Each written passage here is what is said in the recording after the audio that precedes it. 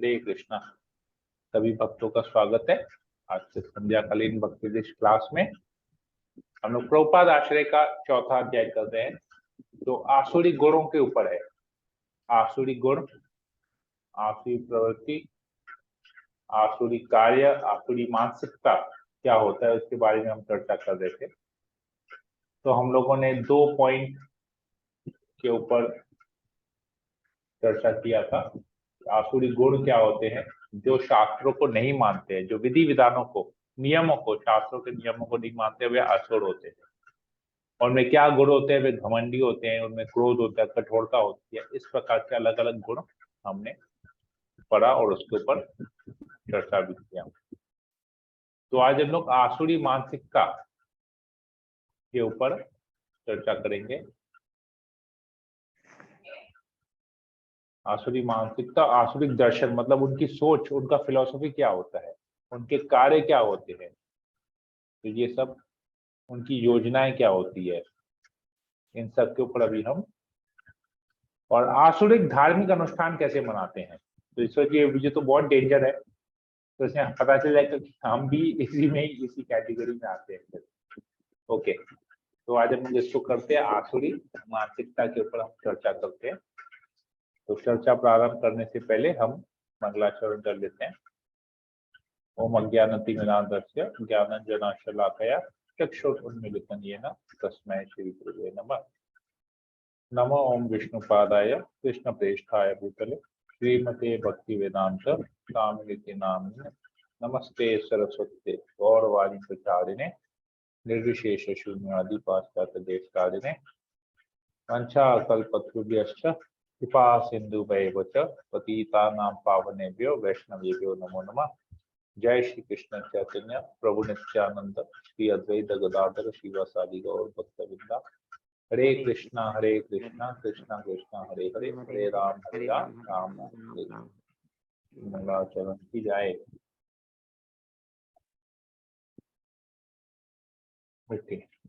आसुरी मानसिकता, कोई पढ़ लेगा इसको?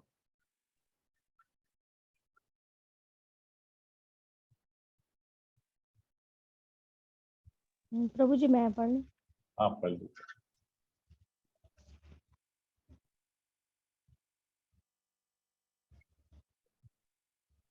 ये भगवत गीता के 16वें अध्याय के 10 नंबर श्लोक से लिया गया है। कामम आश्रित्य दुष्पुरम दंभ मान मदान्विता मोहाद गृहीत्वा सद्ग्राहान् प्रवर्तन्ते शुचिव्रता। ओके, अशुचिव्रता है।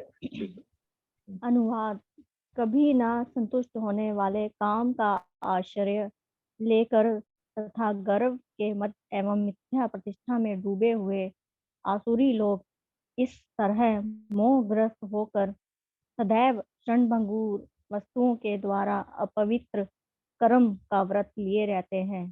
तात्पर्य: यहाँ पर आसुरी प्रवृत्ति का वर्णन हुआ है।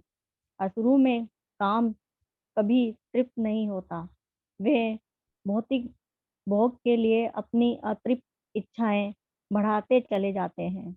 यद्यपि वे क्षणभंगुर वस्तुओं को स्वीकार करने के कारण सदैव चिंतामग्न रहते हैं, तो भी वे मोहवश ऐसे कार्य करते जाते हैं, उन्हें कोई ज्ञान नहीं होता। अतः वे यह नहीं कह पाते कि वे गलत दिशा में जा रहे हैं। क्षणभंगुर वस्तुओं को स्वीकार करने के कारण वे अपना निजी ईश्वर निर्माण कर लेते हैं, अपने निजी मंत्र बना लेते हैं और तदनुसार कीर्तन करते हैं। इसका फल यह होता है कि वे दो वस्तुओं की ओर अधिकाधिक आकृष्ट होते हैं, काम भोग तथा संपत्ति संचय। इस प्रसंग में अशुचि व्रता शब्द अत्यंत महत्वपूर्ण है, जिसका अर्थ है अपवित्र व्रत। ऐसे आसुरी लोग मध्य स्त्रियों, घृत क्रीड़ा तथा मांसाहारी के प्रति आसक्त होते हैं। ये ही उनकी अशुचि तथा अपवित्र आदतें हैं। दर्प तथा अहंकार से प्रेरित होकर वे ऐसे धार्मिक सिद्धांत बनाते हैं जिनकी अनुमति वैदिक आदेश नहीं देते।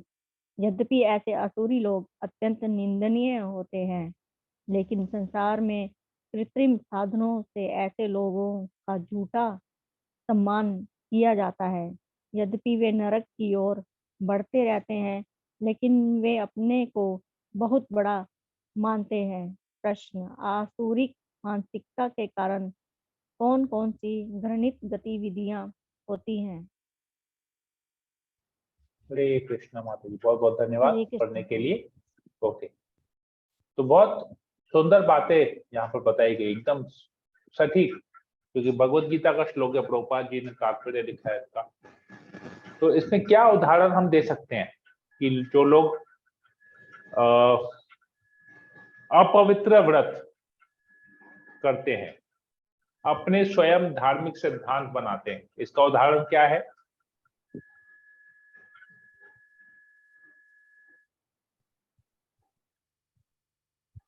बता सकते हैं? कोई बता सकता है इसका उदाहरण क्या दे सकते हैं? जैसे हम देखते हैं किसी किसी धर्म में उन लोगों का जब बड़ा दिन होता है, जैसे हमारा त्योहार कब होता है? दिवाली। हमें दिवाली बहुत बड़ा त्योहार माना जाता है, जिसमें जिसके बाद नया वर्ष स्टार्ट होता है ना, विक्रमादित्य न्यू ईयर जिसे कहते हैं, नया साल है। सही है, ऐसा होता है? नहीं मालूम है प्रभु जी। दिवाली में हिंदुओं का नया साल स्टार्ट होता है, आपको पता है ना, विक्रमादित्य नहीं। न्यू ईयर जिसे कहते हैं। हमको तो हाँ, नहीं बहुत पता। जन होता था देखेंगे। प्रभु जी। हाँ न्यू साल होता था। नया हाँ, खाता बहुत दिखाता पहले था। अगर देखेंगे ना, बहुत हाँ। पहले ग्रीटिंग कार्ड जब चला करते थे, आर्चीज वार्चीज के ग्रीटिंग कार्ड होते थे ना, जो हम लोग दिवाली में भेजते थे, तो उसमें आता था, wish you a happy Diwali and a very happy new year.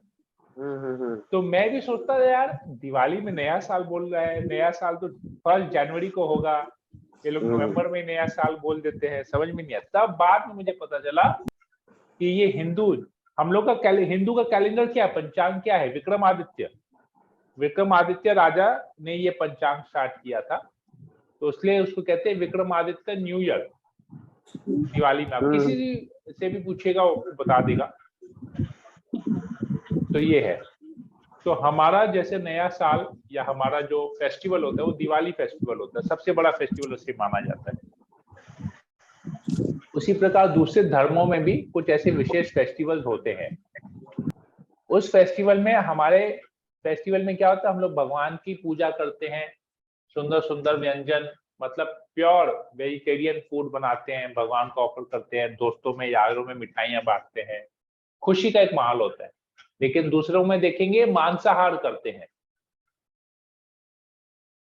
तो ये हो गया उनका बड़ा दिन, और वो लोग उसमें मांसाहार करते हैं। मतलब इसको कहते हैं अपने हिसाब से धार्मिक सिद्धांत बनाना, अपने हिसाब से। क्यों? क्योंकि ऐसे लोग मांसाहार के प्रति आसक्त होते हैं। ये यहाँ पर ये बताया गया, स्त्रियों के दूध क्रीड़ा, मतलब नशा के प्रति नया साल मनाते हैं। 31st नाइट को देखेंगे सब लोग खाने पीने में मग्न रहते हैं, डांस वांस करने में, इसमें उसमें मग्न रहते हैं। तो ये लोग अपना सिद्धांत बनाता है, नया साल हम ऐसे ही मनाएंगे, नया साल एकदम नाचते नाचते नए साल में जाएंगे। तो ऐसे ये आसुरिक प्रवृत्ति है। ये आप सब तरफ, अपने चारों तरफ इसको देख पाइएगा, और बहुत उसका मतलब बहुत हाई लेवल है ये आसुरिक प्रवृत्ति जो हो रहा है हमारे आसपास, जो ये कार्य हो रहे हैं ना, बहुत ज्यादा है हमारे, इसका प्रभाव बहुत ज्यादा है। तो ये देखेंगे, इससे पता चल जाएगा आपको कि और लोग क्या कर रहे हैं और हम क्या कर रहे हैं, तब हम कर पाएंगे, तब हमको पता चलेगा एक्चुअली कि हम किस रास्ते पे, किस मार्ग पे हम चल रहे हैं, और हमारे पर भगवान की कैसी विशेष कृपा है, भक्तों की कैसी विशेष कृपा है, जो हम इस मार्ग पे, भक्ति के इस मार्ग में हम चल रहे हैं। जब आपको ये सब ज्ञान मिलेगा कि दूसरे लोग क्या कर रहे हैं, यहाँ पर क्या है, वो लोग नरक में जाने का रास्ता बना रहे हैं अपने लिए, नरक में जाने का। प्रभुपाद जी हमेशा कहते थे। एक बार एक रिपोर्टर ने प्रभुपाद जी से पूछा कि आप लोग तो वैरागी हैं, आप लोग तो फिर प्लेन का इस्तेमाल कर रहे हैं, एरोप्लेन में ट्रैवल करते हैं, इधर उधर जाते हैं सब जगह प्लेन में, आप लोग को तो इन सब चीजों से दूर रहना चाहिए। तो प्रभुपाद जी ने बोला कि जिस गति से आप लोग नरक की ओर जा रहे हैं, तो आप लोगों को रोकने के लिए मुझे एरोप्लेन भी स्लो है, मुझे जेट प्लेन में ट्रैवल करना पड़ेगा। जिस गति से आप लोग नरक की तरफ जा रहे हैं, तो आप लोग को बचाने के लिए ये एरोप्लेन का स्पीड भी कम है, एरोप्लेन की गति भी कम है, मुझे जेट प्लेन में जाना पड़ेगा आपको रोकने के लिए, आप लोगों को बचाने के लिए। तो ये प्रभुपाद जी है, तो ये सब उनको ज्ञान है। प्रभुपाद जी ने ये सब तात्पर्य लिखा, तो उन्होंने ये सब चीज देखा है अपने आंखों से। ये 50 साल 55 साल पहले की बात है, प्रभुपाद जी ने जब ये सब तात्पर्य लिखा है। तो सोचिए आप भी के 50 साल बाद भी ये तात्पर्य कितना इंपॉर्टेंट रखता है, कितना महत्व है, हम ये सब चीज अपने आंखों के सामने देख पा रहे हैं इधर में। सही है? आप लोग को लग रहा है कि ये सही है, प्रभुपाद जी ने जो यहाँ बताया एकदम सही है, या ऐसे ही लिख दिया है? क्या लगता है आप लोगों को? सही है प्रभु, पूरा सही लिखे हैं। सही है प्रभु जी, प्रैक्टिकल उन्होंने देखा है सब, तो पूरा हम भी ऐसा देख ही हो ही रहे हैं रहा। प्रभु जी। चलिए आगे पढ़ते हैं। आसुरी दर्शन और कोई पढ़ लेगा? 16 अध्याय का 8 नंबर श्लोक है। असत्यम अप्रतिष्ठम ते जगत आहोर अनीश्वरम अपरस्पर संभूतम किम अन्यत काम हेतुकम। अनुवाद और तात्पर्य कोई पढ़ लेगा? हरे कृष्णा प्रभु जी, दंडवत प्रणाम। मैं पढ़ लूं प्रभु जी? हाँ पढ़ लीजिए। वे कहते हैं कि यह जगत मिथ्या है, इसका कोई आधार नहीं है और इसका नियमन किसी ईश्वर द्वारा नहीं होता। उनका कहना है कि यह कामेच्छा से उत्पन्न होता है और काम के अतिरिक्त कोई अन्य कारण नहीं है। तात्पर्य, आसुरी लोग यह निष्कर्ष निकालते हैं कि यह जगत माया जाल है, इसका न कोई कारण है, न कार्य, न नियामक, न कोई प्रयोजन, हर वस्तु मिथ्या है। उनका कहना है कि दृश्य जगत आकस्मिक भौतिक क्रियाओं तथा प्रतिक्रियाओं के कारण है। वे यह नहीं सोचते कि ईश्वर ने किसी प्रयोजन से इस संसार की रचना की है। उनका अपना सिद्धांत है कि यह संसार अपने आप उत्पन्न हुआ है और यह विश्वास करने का कोई कारण नहीं है कि इसके पीछे किसी ईश्वर का हाथ है। उनके लिए आत्मा तथा पदार्थ में कोई अंतर नहीं होता और वे परम आत्मा को स्वीकार नहीं करते। उनके लिए हर वस्तु पदार्थ मात्र है और यह पूरा जगत मानो अज्ञान का पिंड हो। उनके अनुसार प्रत्येक वस्तु शून्य है और जो भी सृष्टि दिखती है वह केवल दृष्टि भ्रम के कारण है। प्रश्न 4, भौतिक जगत के उद्देश्य और सृजन के बारे में आसुरी दर्शन की व्याख्या करें। सही व्याख्या क्या है? हरे कृष्णा प्रभु जी। हरे कृष्ण। मुकेश बाबू बहुत बहुत धन्यवाद पढ़ने के लिए। तो उनका फिलॉसफी क्या है, वो लोग किस प्रकार का तर्क देते हैं, ये यहाँ पर बताया गया है। यहाँ पर उनका दर्शन मतलब वो कैसे देखते हैं, कैसे सोचते हैं, क्या बोलते हैं, क्या तर्क करते हैं, क्या फिलॉसफी का ज्ञान देते हैं, वो यहाँ पर बताया गया है। अलग अलग लोग अलग अलग चीज बताते हैं। कुछ लोग कहते हैं कि माया जाल है। माया जाल मतलब ये कुछ है, ये सब भ्रमित कर देने वाला है, ये सब कुछ मिथ्या है, हमको लग रहा है कि यह सही है पर ये गलत है, ये सब माया है, ये भौतिक जगत एग्जिस्ट ही नहीं करता है, ये हमारे दोष के कारण हम जगत को देख पा रहे हैं। ये केवल कुछ क्रियाएं प्रतिक्रियाएं हुई है जिसके से ही जगत आ गया, इसका कोई नियंत्रण करने वाला कोई है नहीं, अपने आप आया है, अपने आप खत्म हो जाएगा। तो ये मिथ्या है, खत्म हो जाएगा मतलब मिथ्या है। लेकिन भगवान गीता में कहते हैं ये मिथ्या नहीं है, ये टेम्पोररी है, ये नाशवान है। अगर मिथ्या होता तो हम यहां पर आते कैसे?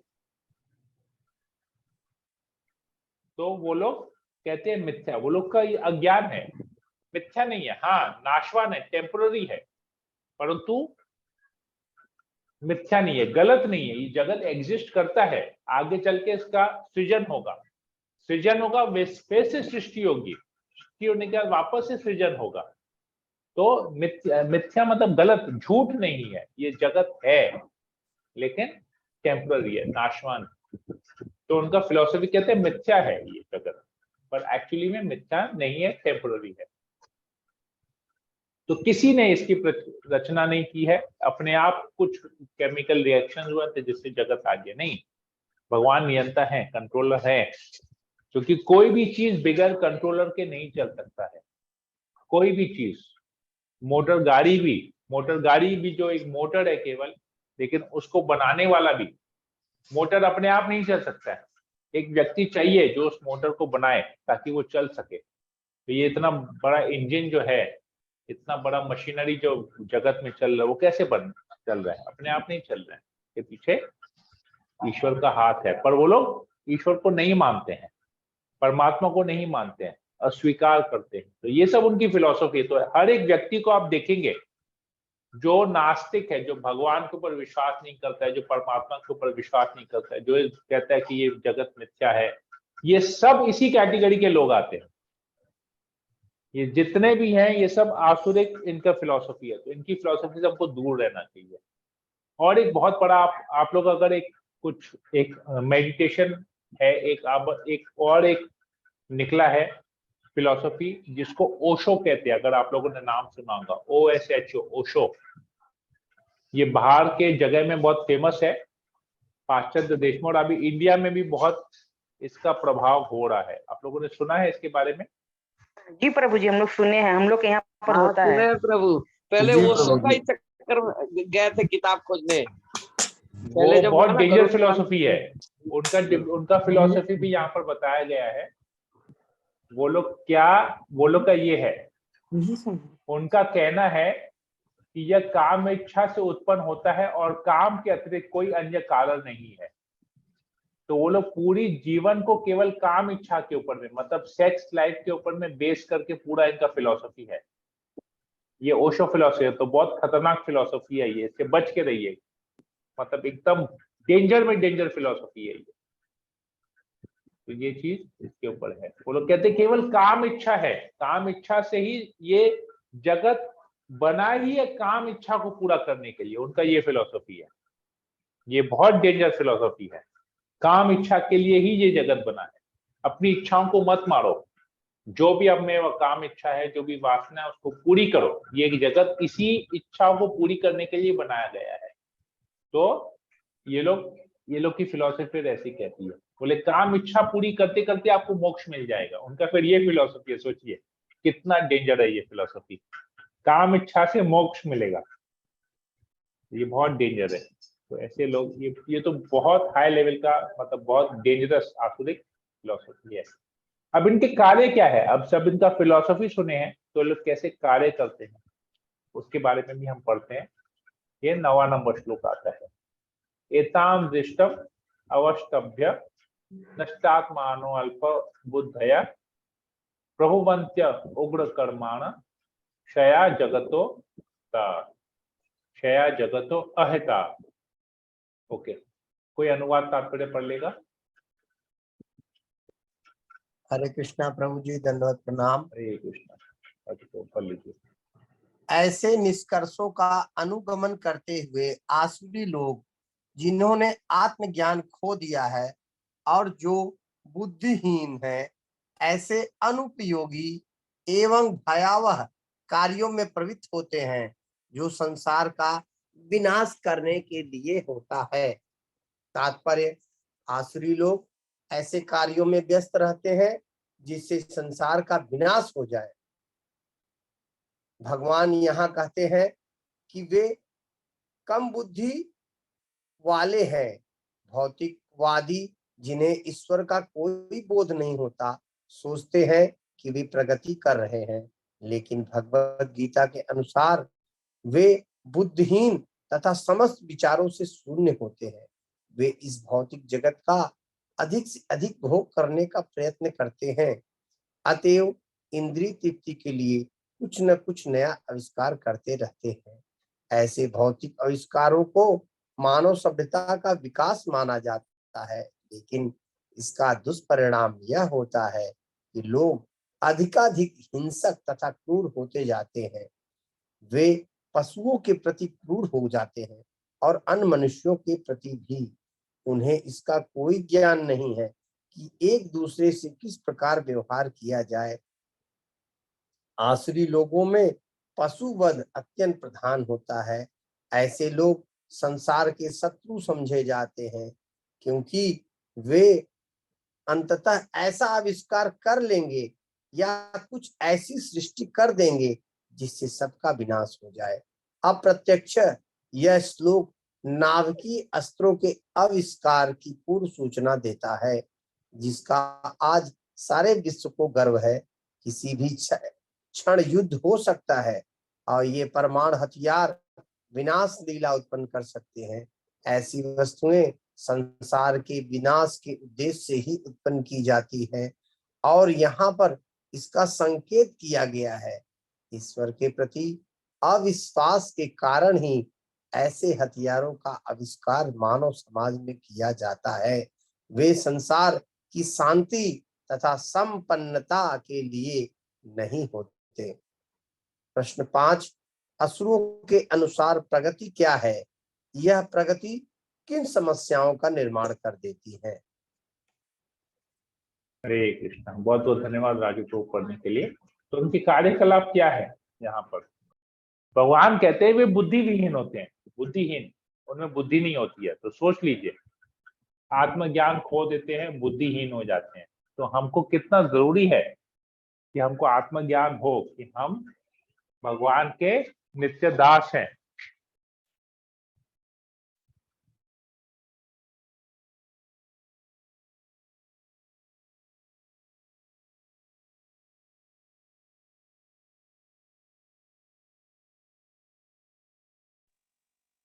नो साउंड प्रभु जी।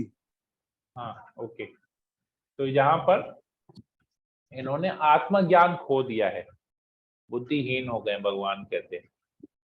और क्या करते हैं? अनुपयोगी कार्य करते हैं, भयावह कार्य करते हैं। मतलब उनको किसी चीज का डर नहीं रहता है, एकदम निडर होकर कार्य करते हैं, दूसरों को भयभीत कर देते हैं। ऐसे कार्य करते हैं तो संसार का विनाश हो जाता है। ऐसे कार्य करते हैं। तो कितना जरूरी है आत्मज्ञान होना। इस श्लोक के हिसाब से आत्मज्ञान होना कितना जरूरी है। क्या आत्मज्ञान? कि हम भगवान के अंश है, परमात्मा के अंश हैं। बुद्धिहीन नहीं होना है, हमको ज्ञानवान बनना है। शास्त्रों का ज्ञान होना चाहिए भगवान का। कहने का मतलब ये है कि अगर हम गीता का ज्ञान नहीं लेते हैं, अगर हम आत्मज्ञान नहीं लेते हैं, तो आत्मज्ञान नहीं है, तो हम असुरी प्रवृत्ति के हैं। तो हमको ये सब होना, ये इसका ज्ञान होना जरूरी है। ये संसार, ये सृष्टि भगवान की है, हमारी नहीं है। हम यहाँ पर किसी को हानि पहुंचाने नहीं आए हैं। हमारा हक ही नहीं है हम किसी को हानि पहुंचाए, क्योंकि हर एक जीव भगवान का अंश है। हर एक योनि भगवान का से आता है। तो 84 लाख दुनिया है, सब कुछ भगवान ने बनाया है। तो हमारा कुछ है ही नहीं। हम कैसे किसी के ऊपर अत्याचार कर सकते हैं? वो हमारा है ही नहीं। हमारा, वो भगवान की संपत्ति है, भगवान का अंश है। तो ये ज्ञान होना बहुत जरूरी है, आत्मज्ञान होना और बुद्धि होना, शास्त्रों का ज्ञान होना बहुत जरूरी है। नहीं तो अगर ये नहीं है हम में, तो हम असुर हैं। अगर ज्ञान लेने के बावजूद भी हम ये कार्य कर रहे हैं, ऐसे कार्य कर रहे हैं, तो हम किसी असुर से कम नहीं है। तो यही सब यहाँ पर बताया गया है। हरे कृष्णा। तो मैं यहीं पर ही रखते हैं। इसमें और भी 2-3 बातें, योजनाएं हैं उनकी, धार्मिक अनुष्ठान, तो फिर हम लोग सोमवार को अगले सेशन में कंटिन्यू करेंगे। कोई प्रश्न हो किसी को या कोई कमेंट हो तो आप लोग बोल सकते हैं, पूछ सकते हैं। तो 5 मिनट बोल ले लेते हैं, क्वेश्चन आंसर अगर कुछ होता है तो। जय कृष्णा। ओके, आशा रानी माता जी।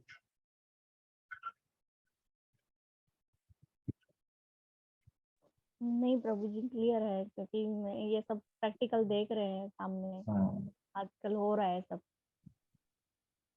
केवल दूसरों में नहीं देखना, अपने में भी देखना है कि हम लोग में भी ऐसा कुछ कर तो नहीं रहे ना आप लोग वाले कार्य। ठीक है, अशोक सकरानी प्रभु।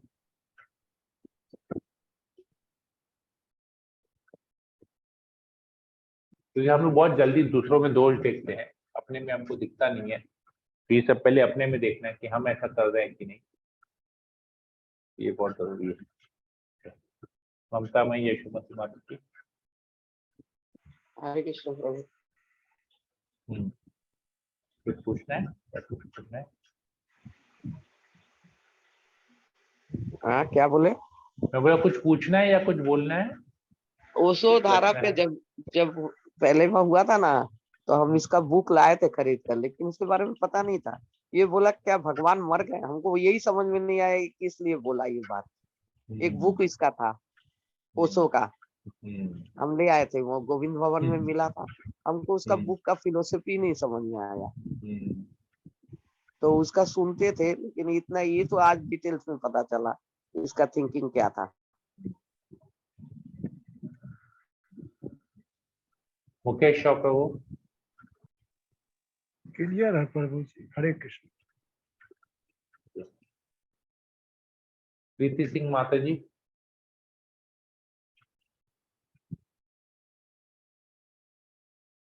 राजू प्रभु।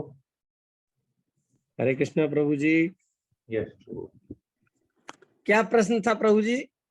मैं पूछा आप लोगों को कोई प्रश्न है कि नहीं, जो भी हमने आज चर्चा किया।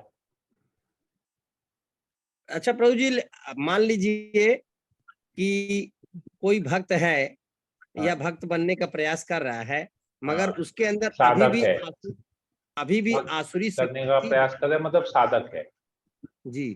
तो जी। अभी भी उसके अंदर जो है आसुरी प्रकृति कुछ न कुछ हो, तो उसको कैसे वो हटा सकता है प्रभु जी?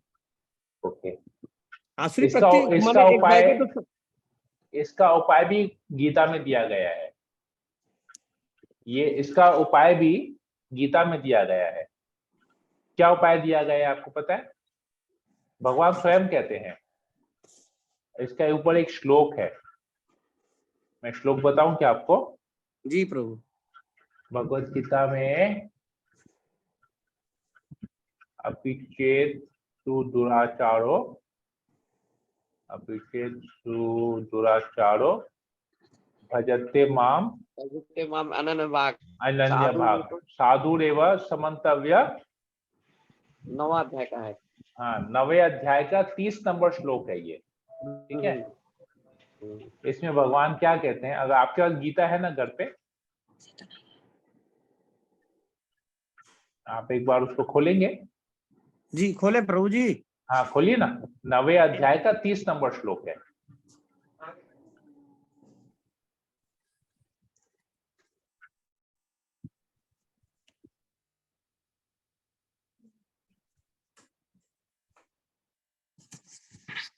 अपिचेत्सु दुराचारो भजते माम अनन्य भाग साधुरेव समन्तव्य सम्यक व्यवस्थितो हिष।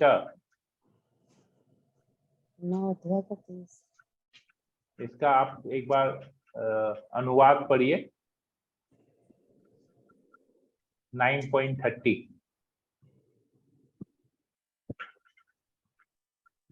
जी प्रभु जी।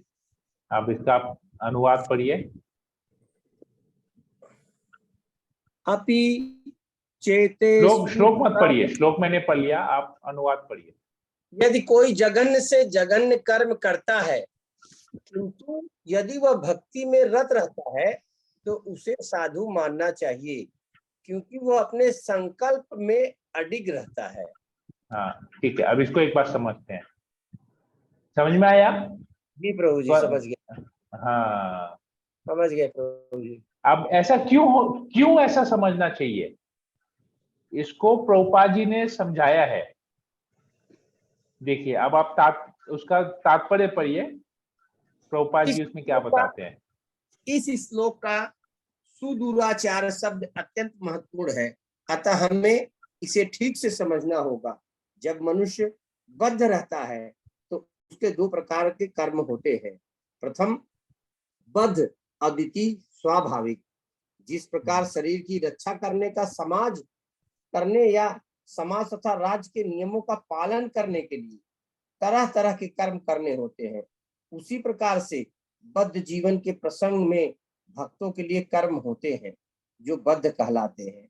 इसके अतिरिक्त जो जीव अपने आध्यात्मिक स्वभाव से पूर्णतः अभिज्ञ रहता है और कृष्ण भावनामृत में या भगवत भक्ति में लगा रहता है, उसके लिए भी कर्म होते हैं जो दिव्य कहलाते हैं। ऐसे कार्य उसकी स्वाभाविक स्थिति में संपन्न होते हैं और शास्त्रीय दृष्टि से भक्ति कहलाते हैं। इस बद्ध अवस्था में कभी कभी भक्ति और शरीर की बद्ध सेवा एक दूसरे के समानांतर चलती है, किंतु पुनः कभी कभी वे एक दूसरे से विपरीत हो जाती है। जहां तक संभव होता है भक्त सतर्क रहता है, वह कोई ऐसा कार्य न करे जिससे यह अनुकूल स्थिति भंग हो। वह जानता है कि उसकी कर्म सिद्धि उसके कृष्ण भावनामृत की अनुकूल की प्रगति पर निर्भर करती है, किंतु कभी कभी यह देखा जाता है कि कृष्ण भावनामृत में रत व्यक्ति सामाजिक या राजनीतिक दृष्टि से निंदनीय कार्य कर बैठता है, किंतु इस प्रकार के क्षणिक पतन से वह अयोग्य नहीं हो जाता। बस यही पर पढ़िए। देखिए अब क्या आया, क्या पढ़े लास्ट में कि कभी हाँ कभी प्रभु जी, देखा कभी जाता कभी है, वो धर्म से भ्रष्ट हो जाता है, हाँ, लेकिन इसके कारण वो अयोग्य नहीं होता है। हाँ समझ में आ गया अभी आपको पूरा जी फिलॉसफी प्रभु इसमें। जी, मैं अपना एग्जांपल दे रहा था प्रभु जी। हाँ तो हम तो कभी ऐसा नहीं समझे कि आप असुर है, हमेशा आप भक्त कर रहे हैं, भक्ति कर रहे हैं। तो ये है कि नहीं, है सच बात ये। जी जी जी इसमें पूरा प्रभुपाद जी ने क्लियर कर दिया, भगवान ने इसका बता दिया सोल्यूशन, और प्रभुपाद जी ने इसको बहुत अच्छी तरह से हमको समझा भी दिया। जी ठीक है, इसमें जवाब मिल गया आपको, उत्तर मिल गया। जी प्रभु जी। इसका मतलब ये है कि हम कुछ भी हो प्रवृत्ति बनी रहेगी, क्योंकि हम बद्ध जीवन में, हम बद्ध अवस्था में हैं। तो बद्ध अवस्था में शरीर के लिए हमको कुछ ना कुछ ऐसा कार्य करना पड़ेगा जो इस शरीर के लिए जरूरी है, लेकिन कुछ कुछ हमारे स्वाभाविक कार्य है। स्वाभाविक कार्य क्या है? कृष्णेर जीवेर स्वरूप है कृष्णेर नित्य दास, तो वो हमारा स्वाभाविक कार्य है। तो हमको स्वाभाविक कार्य नहीं छोड़ना है, उसको भी करते रहना है। कभी कभी ये विरोधाभास हो जाएगा, शरीर कुछ डिमांड करेगा लेकिन स्वाभाविक कुछ होगा, परंतु हमको अपने स्वाभाविक कार्य को, मतलब भक्ति को, साधना को कभी भी बंद नहीं करना है। इसका मतलब ये है, क्योंकि साधना ही से ही हमको परफेक्शन मिलेगा।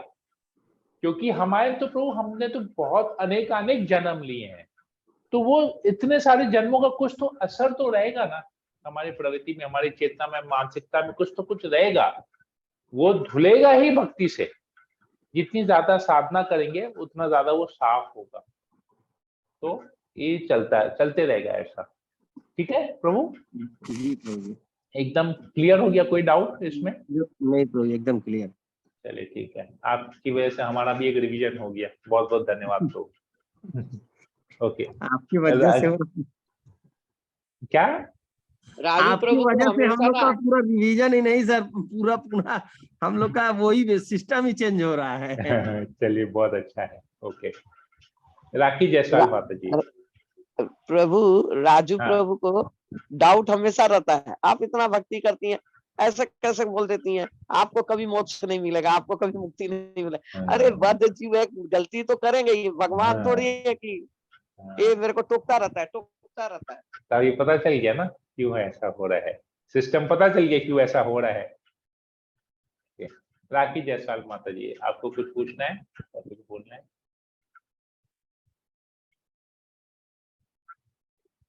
राखी सिंह माता जी। नहीं प्रभु जी। तो लिखे जायसवाल माता जी, सुमन चौरसिया माता जी। ठीक है, तो किसी को कोई प्रश्न नहीं या कोई कमेंट नहीं है? अशोक सकरानी पे यू हैड एनीथिंग? नो प्रभु। ठीक है, थैंक यू वेरी मच। तो सभी भक्तों का बहुत बहुत धन्यवाद जुड़े रहने के लिए। हम लोग इसको फिर सोमवार को आगे और करेंगे, चर्चा करेंगे इसके ऊपर में। हरे कृष्णा हरे कृष्णा कृष्ण कृष्ण हरे हरे, हरे राम राम राम हरे हरे। वंशाकल्पतरुभ्यश्च कृपा सिन्धुभैवच पतितानां पावनेभ्यो वैष्णवेभ्यो नमो नमः। संवेद भक्तवृंद की जय, जगत गुरु शिल प्रभुपाद की जय। हरे कृष्णा।